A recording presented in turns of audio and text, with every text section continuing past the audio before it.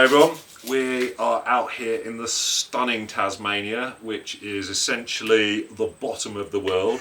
And believe it or not, we're here for a bike race. Not me, this gentleman to my left, Matt Jones, is here to race the infamous Hardline. So Matt, tell us a little bit about what Hardline is with regards to being a race or an event.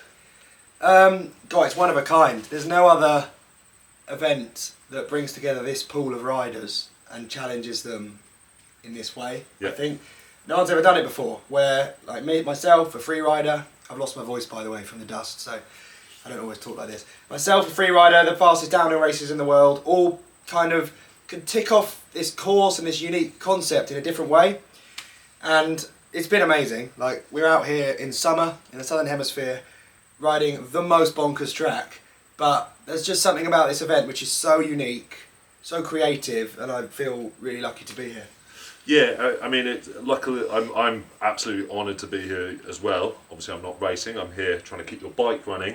But it's about the camaraderie, isn't it? Like, everybody's here to do a race, but there seems to be a vibe of everyone working together to get down the hill so that everyone can then have a race. Yeah. Is that kind of what's going on? Yeah, I think if one individual came here and tried to tackle a course like this on their own, with no advice, no guidance, no conversation, it would be a disaster. And all the barriers collapse at something like this because there's no team trucks, there's no units where everyone doesn't speak to each other. All the mechanics are together, all the riders are together. They literally do practice top to bottom, section by section, and you do not move on until all the riders have hit those features. And that is amazing because jumps like this, like drops like this, even rock gardens like this take no prisoners. Like, people have already been really hurt, gone to hospital, and it's so important, like you said, for us to have a race, for everyone to at least complete the course in the safest way possible. And bizarrely, despite everyone here being so skilled, the only way to do that is as a group. Yeah, and you know, like, just to give it some context, we've been here for 3 days already. First day was track walk, and then the last 2 days you guys have been literally working your way down the hill, and it was only about half an hour ago, end of day 2 of riding, that you all most people completed everything, didn't they? Yeah, and that's not top to bottom runs, that's just, you can say, okay, I've hit all the features on their own, and that's taken 2 entire days, which is mind-blowing. And bikes have snapped, a lot of wheels have been destroyed, haven't they? You can't underestimate what a difficulty physically and mechanically an event like this is, but I feel lucky to have like the most proven downhill frame ever. Yeah, I was going to say on the subject of bikes, we can't, the elephant in the room, possibly not the phrase, but we've finally got the Marin Quake production frame. You're the first person to be riding a production frame. I mean, like, how cool is that? Like, 3 years ago, we didn't have a downhill bike, and now we've got one that is going to be available to buy from April. It's sick. As a brand, it's so exciting.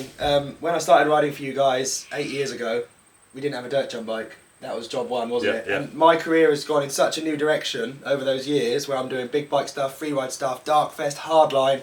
This was a necessity, right, for me to keep going. And my God, we've pulled off like the impossible with just the most fun, playful bike, which can still tackle the hardest tracks in the world. Yeah. And the last one I had, which we repainted red, like the one I did the iconic river jump on and all that stuff at Hardline, that was the same frame as I first got from Marin. The first test prototype Quake. It did 3 hardlines, 2 Darkfest, 2 trips to New Zealand, 2 trips to Whistler, all of the riding I do in Wales, all of it over 2.5 years was on one frame. And if that's not how you test a bike to prove it can do this stuff, I don't know how you do it. As far as reassurance goes with the bike you ride, I've never been more confident in something. And like, to see you out there, like a lot of these top World Cup riders, they've got essentially one-off Formula One race bikes, and you're there on a full you're one of the few guys on a full production bike, and you're completely holding your own. You even did something today which we'll talk about in a sec, but like, it's just really cool to see essentially a production bike competing with those super hype bikes. Yeah, I couldn't be happier. At least I get to tell people that this bike's the best thing ever and they can go and buy it, right? No one else here can do that. They're moving pivot points around and adjusting everything constantly. This is just bang on. I don't want any more out of a bike ever, and I proved that today because I backflipped it. So right, there we go.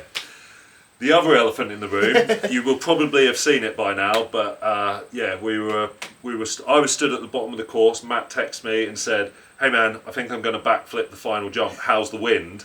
I didn't really know how to reply because how do you reply? I mean, how big is that final jump? Take off to landing. 60 foot. 60 foot. Fast. So, yeah. Flat out, yeah. And yeah, sure enough, he came down, flipped it. The crowd went wild. And again, that's still only day 2. So, you know, we've got 3 more days. On Saturday, that's race day. Like, how do you feel about coming into a world-class race like this, where you've literally got the best riders in the world? But like, how are you going to go about your race run?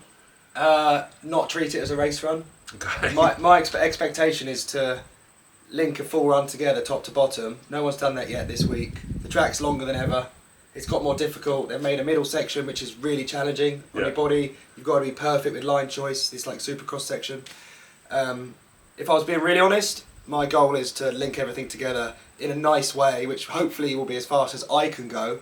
But that for me is the goal. That is a monumental achievement. For me, the bike, I can't say any more than that. I mean, obviously, I suppose the way this is different to the round in Wales is that you probably don't want to crash here because you're likely to get eaten by a crocodile or a snake or something. Yeah, well, like some snapper turtle that's wandered up into the jungle, yeah. Yeah, if the track wasn't gnarly enough, every single snake in this country and on this island is venomous and will kill you. Right, so Saturday, what's your predicted race time? You got one? God, we won't hold you to it. I don't remember what I did last year. I'd like to do the new longer track in the same time I did the shorter track last year. That would be a big achievement for me. I don't know what the number is. I think it was nearly 4 minutes. Okay. And I think that the fastest boys do it in the lower 3s. So there's a gap, but they're not doing backflips and they haven't got a bike that they can now ride for the next 2 years with no worries. So. Yeah. Well, anyway, mate. Good luck for Saturday. Yeah, boy. Thanks for helping me. Oh, my pleasure. On to a winner.